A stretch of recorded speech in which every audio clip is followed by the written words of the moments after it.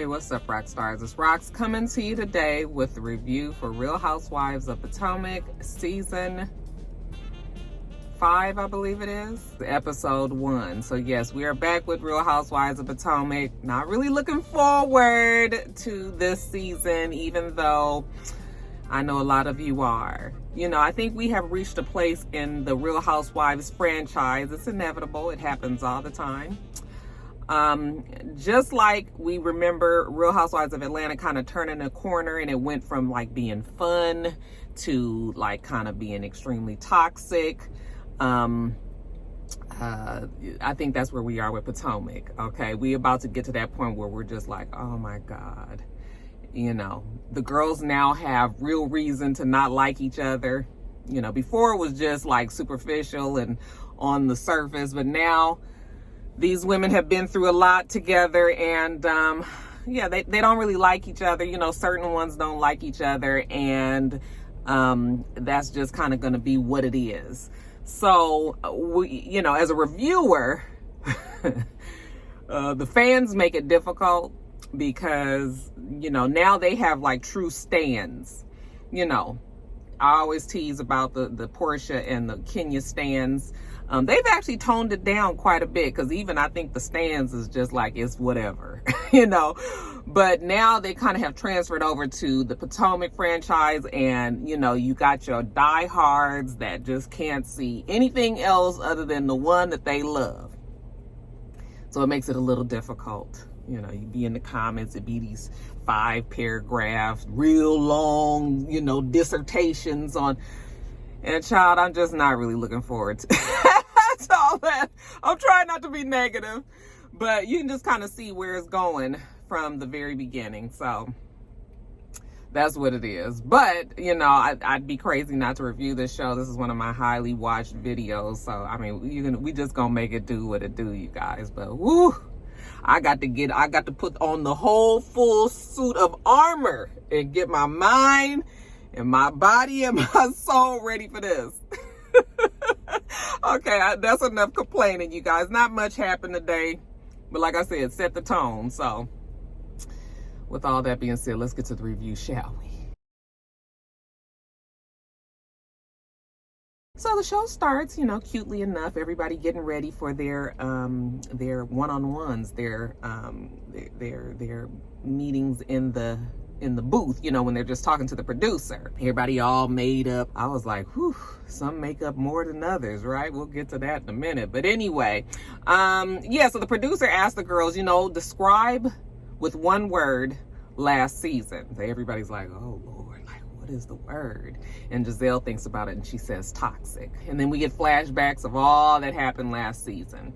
The drama that has brought us to today. Wendy says you never know who is pitting behind your back. You don't know who your real friends are. And then we get flashes to this season, 6 months later. What's going to be going on? The girls arguing with each other. Of course, Karen and Giselle arguing. Of course, Candiace and Ashley arguing. Okay? Those are the two that we know just really ain't never gonna like each other. Yeah, Wendy was like, you can't ask these people nothing. You just got to watch. That's how you know who your real friends are and who the backstabbers are. That's where we are. And speaking of Wendy, you can tell that Wendy has fully accepted her position as a Real Housewife. Whereas last season, she wasn't necessarily too sure. Even though, I mean, she was, you know, confident or whatever in her status as a lawyer and as a commentator and as a teacher and all of that. But now, she's like, I'm a housewife now. Okay. And it opens with her doing the silhouette challenge, and she's inviting the girls to a party of sorts. She's calling it the Nude Interlude. And I'm thinking, like, what is this? What is she trying to do? Okay, she's, you know, feeling her sexuality, I'm supposed. And I was like, is this a ripoff of The Dungeon? Like, what is we doing right now? She does this little video. I'm assuming she's going to send that to the girls. She has her husband recording it for her, you know, in her little Skims outfit. And she's happy with what she's come up with. But yeah, Wendy's going to be something different this season. I'm not quite sure if it's going to be good or bad yet, but I can see that Wendy's feeling herself. Not mad at that. Not saying that she shouldn't. But she's definitely got a battery in her back. Okay, but then we see all the other ladies, you know, Giselle putting on her makeup, her daughter asking what's for lunch. We see Karen feeding her plants water. We see Robyn and Juan standing in front of their new build. They're building a home, good for them. And we see that Candiace bought a little bit over like a almost $1.2 million, 10,500 square foot home. 6 bedrooms. Okay, so Candiace is finally out on her own as well. But let's start it off with Ashley. Now we see Ashley, and Ashley is fully pregnant. As a matter of fact, she tells us that the baby is due in 10 days, not months, 10 days. And she looks like you know how Ashley has always had like that youthful, looks mature now. She looks like a mama.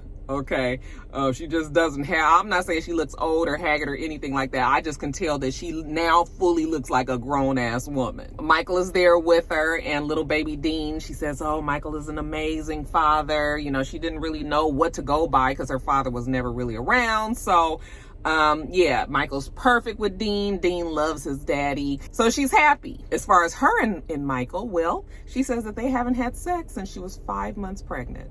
I was just like, well, you haven't had sex. She said that she worried at first that maybe he might cheat again. You know, there may be some indiscretions or whatever, but she said that they're approaching this pregnancy a lot differently than they did the first one, and she's pretty confident that everything's going to be fine. Jumping on over to Miss Candiace. So like I said, Candiace has bought a beautiful home. I'm not sure where it is, but I'm assuming it's you know, in the neighborhood that you need to be. Giselle drives over there full, you know, cute little fun shade, like, oh, George and Weezy then moved on up. I was like, oh, you know, Giselle in her first lady finest. This girl can't never quite just, why are you so dressed up in the middle of the Hey, I guess she was like, honey, you ain't fixing to catch me off guard on this camera. But she had on sparkles and silver metallics, and but she looked good. But so anyway, Candiace has her over, and she was just like, oh, look at you. Okay, give me the tour. Okay, before she gets the tour, though, we see that Chris's kids are there. So it looks like the kids are going to be, you know, I think we're trying to foster in, we're trying to soften up the edges of Candiace. She's the only one that doesn't really have any kids or anything, you know, so now we can kind of see her in her stepmom, you know, in her stepmom shoes. So we have little Mateo, that's the son, and we have little Naya, I believe is her name, that's the daughter. Okay, and they haven't said too much yet. They'll be around this season. Anyway, she tells, you know, she takes Giselle on a tour real quick, takes her all around, even to the special room, which would be her mother Dot's room. All right, and we know it because there's a life-size picture of Dorothy in there. Child, let me ask you guys, why was Candiace's makeup so... I couldn't figure out if it was it because it was super dark, or was it because it was like super contoured? It was something though. I couldn't put my finger on it, but I was just like, your face looks really odd. It looked strange. I know people are gonna say she got a nose job, and I was like, no, that looks like that's all makeup, because it was like the ball of her nose was like so golden, and then it was just a whole lot, you know. So she says, Giselle, I fresh squeezed some grapefruit juice, you know, so that would you like a mimosa? Sure, she would love one. So we get our mimosas, we go sit down. Candiace is in school, she's getting her master's. I believe she's back at Howard is what she said. Chris is teaching, doing online chef school, and you know, amongst some other things. And then on top of that, like I said, they got the step kids, well, her step kid, Chris's actual kids. They get to keep them longer now because of the pandemic. So, you know, they're going to actually have them for some time. So that's why we'll probably see them on the show. And once we get the niceties out the way. So how are you and Jamal? And Giselle says, not good. And I was like, listen, I'm not fixing to do this conversation with Giselle and Candiace, okay? You can fucking front all you want to. We already know the situation with Giselle and Jamal. I mean, I understand that we got to go through the motions on this damn show, but I'm not fixing to be talking about Giselle and Jamal's fraudulent ass relationship that I told you guys all last season was not happening. They could have kept that conversation, girl, you ain't with Jamal, just period. As far as Candiace, how is she feeling about Karen? She was like, you know, she still hasn't gotten over it. You know, Karen and her were real friends, and then it felt like the friendship was ripped away from her. And I was just like, I mean, I'm not going to tell people how they should feel with their friends and everything. I truly don't understand why it's gone to this point. Because yeah, sometimes you're not gonna get along with people, you're not gonna be friends with people. I feel like Candiace and Karen, you know, I mean, were they like ace boon coons like that? Like, why are you still this upset about it, girl? I mean, I'll never, listen, if I have a friend that me and that friend fell out, or not even fell out, you know, maybe we just couldn't see eye to eye on some things and we had to just kind of let that shit go, I'm not losing sleep over it. Now, if it's a day one friend, you know, somebody I've been knowing half my life and we've been through some shit together, yes, then I'm going to be bothered. But otherwise, I'm just like, why are you putting this much energy into it? Just, if you see how Karen move and you don't like it, then just fuck it. You know, so I was like, I hope she's not going to be playing this victim shit all season, because I can't do it. I can't. As far as Gizelle and Karen, well, Gizelle, she got real fire in her eyes for Karen. She is not feeling Karen. Karen embarrassed her at that reunion. And now she's kind of hell-bent on getting Karen back. She was like, since Karen want to lie and talk shit about her relationship or her life and put shit out there that ain't true, then you know what? She gonna do the same, all right? Except it's gonna all be truth. So I think Gizelle is going to be giving out whatever tea that she might have on Karen. And that's going to be something, because I think Gizelle and Karen knew each other some time before. So yeah, they might know where the bodies are buried. So that shit can get ugly. Candiace was just like, well, let me know, okay, before you pull out the ammunition, the weaponry. Let a bitch know so she can wear her hard hat. But Candiace and Chris look like they happy. You know, we see them in the confessional together. I was like, oh, you guys doing a little Married to Medicine kind of setup and bringing the men in on the confessionals now? Are they going to have any kids? Possibly in the future. I don't know. Sometimes I wonder if Candiace even really wants kids. I mean, that's fine if she doesn't. She doesn't have to be at the kid's time in her life. And then there may be other reasons that we don't know. But I don't know. It just doesn't seem like, you know, she has kids really in her future. And like I said, that's fine. She'll be the fourth baby mom. Let her mother tell it, even though Chris said, no, excuse me, third baby mama. Thank you.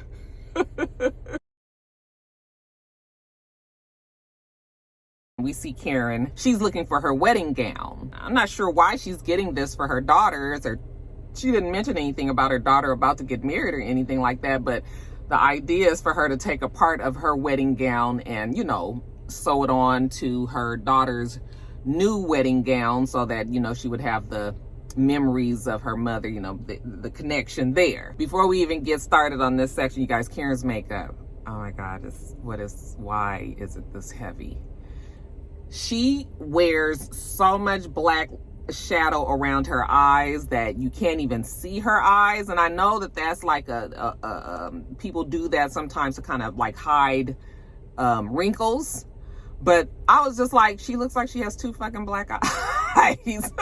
What is happening here? And then it was so cakey, and you know, you could see the line when she would smile, you know, it was just, I was just like, we're gonna have to lighten it up. Sometimes too much makeup even ages us more. She's sitting there talking to Uncle Jessop, okay, who seems to be in better spirits these days. You know, he's just like, oh, so you want to get the dress and put on the inside of the dress down at the bottom? Well, what do you mean, Uncle Jessop? Why can't my dress be in the front of her gown? Anyway, she said that she had been talking to Raven about, you know, renewing the vows. Because remember, Uncle Jessop said on the reunion that they're coming up on a big anniversary, and that they're going to renew their vows, and everybody's going to be able to see it.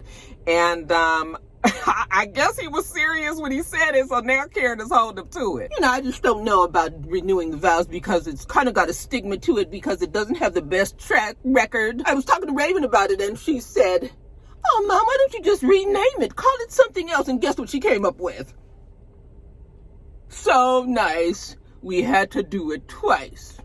Oh, what a cute little title for their renewing of the vows. You know, Uncle Jessop was like, you know, I want to make sure that we stay in the parameters of the COVID. We cannot be out. We just have a little group of people. Well, Jessop, I'm only going to invite the ones that mean something to me. I'm not going to invite people who don't love us. Well, that means that Gizelle won't be there. Because, honey, Karen says that she is pushing an agenda on her and Uncle Jessop's marriage, and it is not true. She's done with Gizelle for now. she needs to direct that anger on her man. This whole season is going to be about Karen talking about Giselle not having no man and the man being out there. And then, of course, it's going to be Giselle talking about Uncle Jessop's dick not working. So that's what we going to be having all this season. So she goes and she sits on Uncle Jessop's lap. I was like, girl, careful now, careful. Go. She got a phone, you know, a message. And she looks at her messages. And at the same time, all the other girls look at their messages, and it is the video message that Wendy sent to everybody with this silhouette, challenge. And everybody's just sort of like, what is going on? What is this? Why is she sending us? Like, you can't just call us and be like, hey, girl, come over. Okay, but anyway, she's inviting them all to the nude interlude. And speaking of Wendy, we see her and her husband there at the doctor's office. I think they're getting a checkup on her boob job. That's right. She got a boob job, which is, this is what happens. The Real Housewives get to a point where, you got to start making some changes on your body. Your regular everyday body don't look the same on TV as, all these girls that have had these curves added. And she said, she was stuck in a place. She was a professor. She was a commentator. She kind of had to keep it conservative, but now she's able to live her life and she can do what she wants to do. Okay, she's a housewife. So she's got these big boobs, and she said she's had other little things happen. If she did get her ass done, she said she would admit it. So she says that she didn't get her butt done, and Wendy tells us that she's being her authentic self.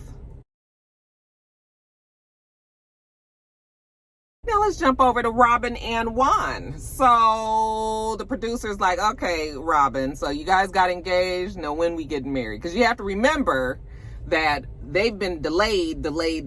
So they went the whole year after them getting engaged and they hadn't gotten married, and we haven't heard anything about any plans to get married. So the producer's like, well, when is it happening?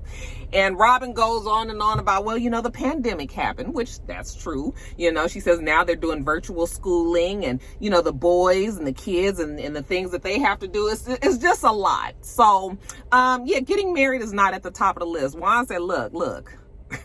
Y'all asked me to get engaged to the girl, so that's what I did. Don't be sitting up here worrying me to fuck to death about getting married now. Baby steps. They go out to a little healthy food, fast food kind of place. After they order their food, they sit down, and Juan has a whole laundry list of shit that he's complaining about with Robyn. Okay? Robyn would be that lazy mom that Monique said she was not for. He was like, listen, you don't cook. The damn kids is eating Chick-fil-A every day. You don't get up till 10 o'clock in the morning. I was like, who is able to do that as a mother? I mean, even with the pandemic, you getting up at 10? Child. And then he said that sometimes the day don't get started till 2 fucking p.m. He at work. Them kids is probably, y'all know the spawns is probably doing whatever the fuck they want to do. They probably have grown out of spawn age. They might be like just, typical pre-teens now. Because them boys got to be, how old are they now? They not, her badass kids that she had when they was little. Juan is just like, yeah, and she was just like, yeah, I know, I'm sorry. She's just stuck. She's not motivated. I mean, and we did. Everybody kind of got in that mode when pandemic first started, but we've been in pandemic for a year and a half now, and everybody then had to get back to some sort of semblance of life. Everybody ain't still chilling and fucking fat on the couch watching Netflix all day. But everybody but Robyn. Because Robyn said, damn it, she's still in the pandemic mode. Yeah, I don't think that we ain't gonna be getting no wedding this season anyway. This nude interlude. So it's this party that Wendy has invited the girls to. She wants everybody to wear nude, some shade of nude. And she's going to have 2 special guests there and everything. So you guys just, come and get ready to have a good time. We see Giselle at home. She's trying to get dressed. She's trying to put on like a blush pink, and her daughter's like, no, that's pink. That's not nude. Ashley trying to get ready. Robyn trying to get ready. Everybody trying to get ready for this party. We see Wendy. She has her home beautifully set up. Okay, it's gorgeous. She's got a chef there that's preparing the meals, and they've got flowers, and they got place settings, and all of this. They even got titty cupcakes. And what I think she thought was a cute little scene, she has her 2 boys come and eat the titty cupcakes and then ask them what they are. And the boys are just like, I mean, chocolate? I was like, girl, did we need to know that your sons didn't know what titties were? I bet you if you would have did like this, they would have known what they were. I mean, you done took it out of context for the kids. Anyway, child, Wendy has to get ready, okay, for her guests to get there. And the first guest to get there is Giselle, because Giselle is always early, because Giselle likes to scope the shit out. She always comes, and so she can get the one up on everything that's happening that's fucked up or good, and then she can spread the news to everybody else as they get there. Was that a Telfar bag that Giselle had? I said, come on, Giselle, being ahead of the curve. All right, y'all saw B had one, and now they all sold out, and you got to get on the mailing list and everything. So I think that was because it kind of the tea kind of almost looks like what's her name? The other designer. Can't even think of her name right now. The black lady. What's her name? Anyway, I thought Giselle looked cute. You know, it's hit or miss with Giselle, but I actually like the little outfit that she has. And she loves a good ruffle. You know, something always big up in here. It actually looked nice on her that day. The next person to get there is Robyn. Can you believe it? I was just like, look at Robyn trying to be on time. They really did get her with that you can't be late to shit no more, huh? Robyn said, damn, I'm trying to build a house and can't be docking my pay. And when Robyn comes in, Giselle's like, come on, put your stuff down. Come here, let me show you something. Okay, let's look at the arrangements. Okay. She got seating placements for everybody. Okay, there's Giselle, there's Ashley, there's Mia. Who's Mia? Who's that bitch? Robyn says, I don't know who that is. Already Giselle is ready to haze the hell out of Mia. And who is Mia? Well, Mia is Karen's friend. Mia is a boss. We met through a business acquaintance, and she's got all of these businesses, so now I know someone who is on my same level. She's a little quirky, but she's the total package. So Karen and Mia are in the car together on their way there. Okay, and all I could see is Karen got on a big ass fur and all these sparkles and shit, and I was just like, where are we going exactly? It's like, maybe she got on jeans with that. I thought maybe it was a bodysuit or something, but child, anyway. At the house, while they're waiting on Karen and them to get there, Giselle asked Wendy, like, who's Mia? Is that your friend? And she says, oh no, that's Karen's friend. Karen is gassing up Mia and telling her how, you know, Wendy was so welcoming of having her there. I'm not quite sure why she's lying to Mia, but we get a flashback of when Karen and Wendy, I guess they tried to have like a meeting of the minds, tried to like squash some shit. They went to dinner or lunch or whatever, and it's clear that they still ain't feeling it for each other. I guess Karen is trying to be Wendy's friend. Wendy ain't really trying to be Karen's friend. Wendy was just like, I feel like we're just from 2 different eras. Even though Karen is not that much older than Wendy. She wasn't real welcoming of Mia. When Karen said she wanted to bring Mia, you know, Wendy was just sort of like, oh, I mean, okay, I guess. When she told Giselle that that's Karen's friend, she had the look on her face like, I ain't got shit to do with whatever's about to happen with Mia. Karen does tell Mia that Giselle doesn't always welcome the new girl that positively, that warmly. So kind of gives her a warning that it might be some shit with Giselle, but I look at Mia and I'm like, I think she can handle it. When you walk around with lips that look like that, child, you're going to have to be on your P's and Q's. You can't just allow somebody to talk about you any fucking way. So Mia can handle Giselle, I believe. The girls asked Wendy, where is Candiace? And she was just like, oh, yeah, she just called me like 10 minutes ago before everybody got here and said that, you know, she wasn't feeling well. She said that she was visiting the commode often, that her stomach was upset and that she wasn't coming. Robyn was just like, well, maybe she's just not ready to see Karen. I mean, I'm just saying. Well, the girl said that her stomach was hurting, and we're going to leave it at that, Robyn. Karen and Mia, yeah, they're pulling on up. You know, good for Karen that she has a new friend. That's what Giselle said. She needs new friends. And when they walk in, you know, Karen is introducing Mia to everybody, you know, and just sort of like, hey, everybody, hey, you know, and all that. Just a general once over, hey, everybody. Giselle was just like, how dare she walk in here in her ball gown and not apologize to me? She should have made a beeline straight for me to apologize. I said, girl, I don't know why these apologies be meaning so much to everybody. Them girls don't even be meaning half of them apologies. Okay, fuck your apology. I don't give a fuck. And Why is it that you think that Karen should apologize to you after all of the shit that you've said to her? Yes, I'm sure you've apologized, but that's something you chose to do. And you didn't even really mean it because you went on with the fucking shade. So Karen is not going to apologize to you, Giselle. You gonna have to grin and take it just like everybody else has, had to do on this show. Both of you guys said what you said. But anyway, let's sit down and get to figuring out what's going on with Mia. What is Mia up to? She's got businesses all over the place. She's got 3 kids. I think they're 12, 5, and 3 they are. She lives in Baltimore, but she has a lake home also in North Carolina. One of the girls says, oh, I used to live in Durham. And she says, oh, my grandkids live in Durham. They're all just like, grandkids? I was just like, why y'all so shocked? I mean, you could marry somebody that's old. So I was just like, okay, let's play the game. Okay, so Mia got grandkids. That's right, because my husband is 38 years older than I am. Okay, well, how old are you? If you don't mind me asking, is what Wendy said. I was like, how fucking rude. I would have been like, yeah, I mind, even though I don't care people knowing my age, but that is rude to ask somebody what their age is. Most women don't like to just be announcing how old they are. Mia, now I'm assuming that Mia was putting 20 on 10 and already got caught up in it. First they was like, so you 30? No, Mia ain't 30. I'm almost willing to put a bet on it that she ain't 36, but she may be. All that makeup, like I said, it just be aging you. And then she's got so much work done. She's got like that plasticky face and her big lips and, the big cheekbones and, just that whole California plastic surgery, Kim Kardashian, that whole look she got going on. But she's not ashamed of it. And listen, if you're going to get the shit done, stand in it, right? So once we figured out that her husband is 32 years older than her and not 38 years older than her, and that she's supposedly 36 years old and all. And once we get that all straight, now it's time for Wendy to sit there and tell us why she's having this party. So she goes on this whole long ass speech about, her being the commentator and the teacher and her not being able to be what she wanted, and she was having her baby and she was breastfeeding and she was doing all this and kind of just like a slave to her life and not doing what she wants to do. I mean, but this shit goes on and on and on and on, Giselle was like, land the fucking plane. Just land it. So she was talking and talking, but you know what? Finally, it's time for the 2 special guests, okay? She wants everybody to meet happiness. And she shows her boobs, and everybody was just like, oh my God. So these are the 2 special guests, not the strippers that everybody was guessing was going to be coming. And they was like, okay, so what you got done? Okay, she got her boobs done, and she says, and some tweaking.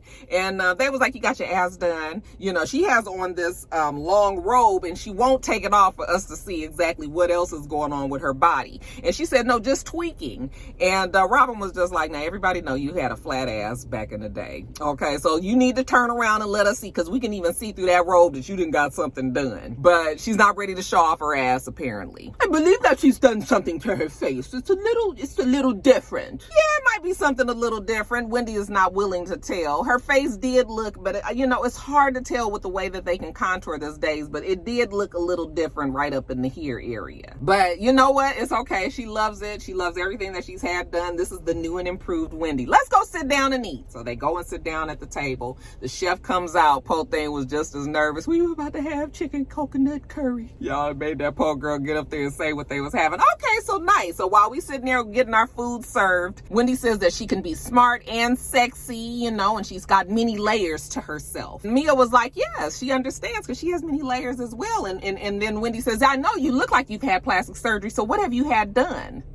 I was just like, girl, you just didn't really just come on out and say it, don't you? Okay, well, Mia, first of all, she don't look like the type that's gonna lie about her plastic surgery. But still, but she was just like, oh yes, I've had, rhinoplasty, I've had a boob job, I've had this done, I've had that done, I've had this done, I've even had my clit worked on. And I was like, girl, now what's wrong with your clit again? What do they do? I mean, can you imagine the surgery on your clit? Oh my God. She says that when it gets too big, and then you got to make it tight again. So you got to make a tight clit and get it to the This has gotten way too personal. Everybody was just like, now you said what now? You did what?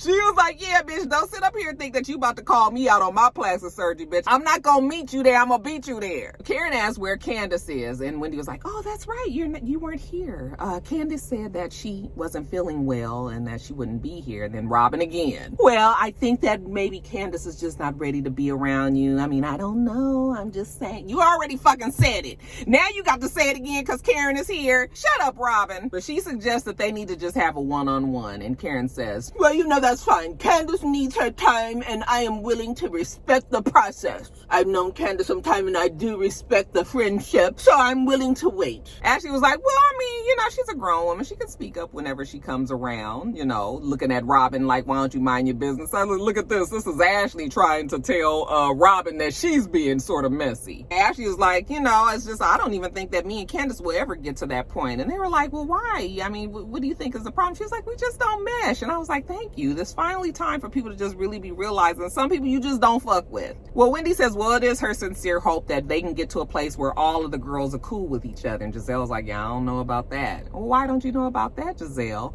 She says, well, everybody here knows that I can't stand Karen. And the feeling is mutual. We won't ever be good, okay? And then she looks at Karen, she says, but I have decided that, you know, you want to be out here saying and talking a whole bunch of shit. I am going to finally tell your truth. Your drunk truth, your cheating truth, your broke truth. Okay, Giselle, hold on. You don't want to go there. Don't do that. Shut up, Giselle. Just shut up. Do you want to talk about how your hot box is on fire and that's why you can't keep a man? Do you want to go there, Giselle? Giselle was just like, girl, I don't even know what you're talking about, honey. This hot box is the WAP box, okay? I'd rather have a WAP box anytime than a dry ass box like what you got. Karen is obsessed with my box, obviously, okay, because she knows that her ding dong is broken over there. Giselle, what you will not do is talk about my husband here when everybody knows that your ding dong is in every coochie out there. Giselle was like, well, at least it works. At least it works. And then, honey, Karen went for the full juggler. Giselle, please, you are a broke whore from Hampton and everybody knows it. I said, oh, not the W-H-O-R-E word. Oh, did you just finally call? I said, damn, Karen, on the first fucking episode, you going off on her like that? Karen and Giselle really, really don't like each other. So, and the fact that they both are good at really getting up underneath each other's skin, it's going to be a long ass season. Guys, that is it. Like I said, Real Housewives, child, we back to it. Make sure that you rate, comment, and subscribe to the channel. I'm ITSROX. The channel is ITSROX. Everything else I do will be in the bottom bar. All right? All right. So I hope that you have a wonderful, wonderful rest of your day, and I plan on doing the same. Until next time, Roxstars. Bye.